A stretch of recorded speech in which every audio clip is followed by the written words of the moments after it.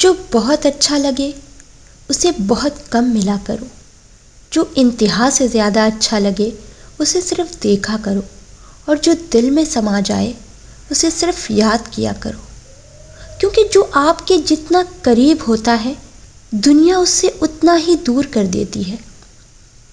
خوش قسمت ہے وہ انسان جس کے لیے کوئی روئے، بدقسمت ہے وہ شخص جس کی وجہ سے کوئی روئے۔ جب کوئی آپ کی ناراضگی کی پرواہ کرنا چھوڑ دے تو سمجھ لیجئے کہ محبت ختم اور مجبوری شروع ہو گئی۔ ہم سچ کو پسند کرتے ہیں مگر بولتے نہیں ہیں، ہم جھوٹ سے نفرت کرتے ہیں مگر بولتے ہیں۔ سچ سورج کی طرح سر پر آ کھڑا ہوتا ہے، جھوٹ کے بادلوں میں چھپ نہیں پاتا۔ اسی لیے کسی کو سچا جھوٹا کہنے سے پہلے بس ذرا سا صبر سے کام لیں کہ بے شک اللہ پاک بہتر انصاف کرنے والا ہے۔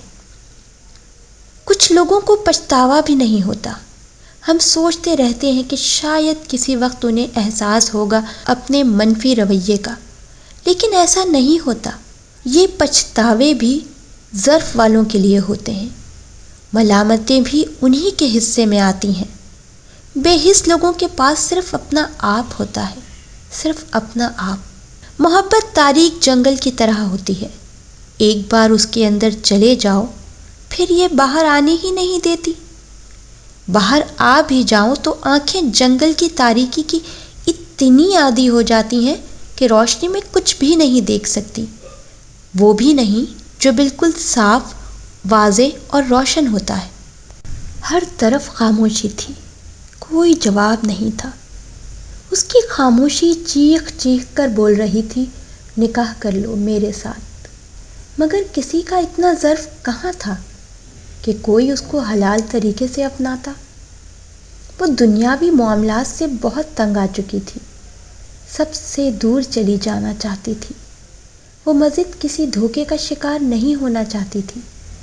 لوگ اس کو بے حیا بول رہے تھے کہ یہ عجیب لڑکی ہے جو خود نکاح کا کہہ رہی ہے، مگر وہ ایسا کیوں کہہ رہی تھی؟ یہ تو وہ یا اس کا خدا جانتا تھا۔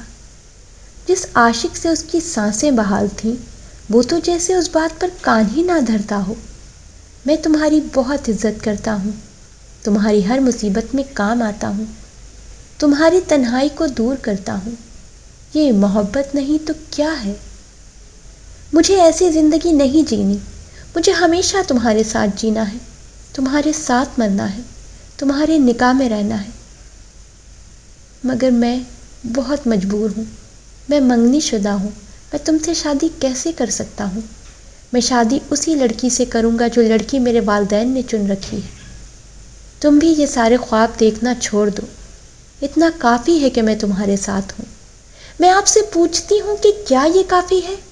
کیا محبت شریعت کے خلاف کر لینا جائز ہے، وہ بھی ماں باپ کی مرضی کے بنا؟ کیا فی الوقت کا ساتھ ماں باپ کی مرضی کے خلاف ممکن ہے؟ جہاں بات اپنانے کی آ گئی تو یہ بات والدین کے فیصلے پر آ گئی۔ کیوں؟ ہمیشہ لڑکی ہی کیوں منہ کے بل گرے؟ لڑکی تھی نا، اسی لیے نادان تھی کہ کبھی یہ وقت اس پر ضرور آئے گا، مگر وہ تو اپنی ہی دنیا میں غائب ہو چکی تھی، کبھی اپنا نہ بننے والے کو اپنے دل میں لیے بیٹھی تھی، آنکھیں کھول کر دھوکے کھا رہی تھی اور عارضی رشتے کو ہمیشہ کے لیے ساتھ لے کر چلنے کے سپنے دیکھ رہی تھی۔ مگر افسوس، اس کا ظرف کتنا کمتر تھا کہ وہ لڑکی کی خواہش اور اس کی مخلصی کو سمجھ ہی نہ سکا۔ اگر وہ ہر جگہ ہر گھڑی اپنا بن کر ساتھ دے رہا تھا تو وہ ساری عمر کے لیے یوں اکیلا چھوڑ کر ہی کیوں جاتا؟ خدا را کسی کی زندگی برباد مت کیجیے۔ اگر اس کا ساتھ ہمیشہ کے لیے نہیں دے سکتے اور رشتے نبھانے کا ظرف نہیں رکھتے تو اس کو محبت کا نام بھی مت دیجیے۔ محبت کسی مجبوری کا نام نہیں ہے،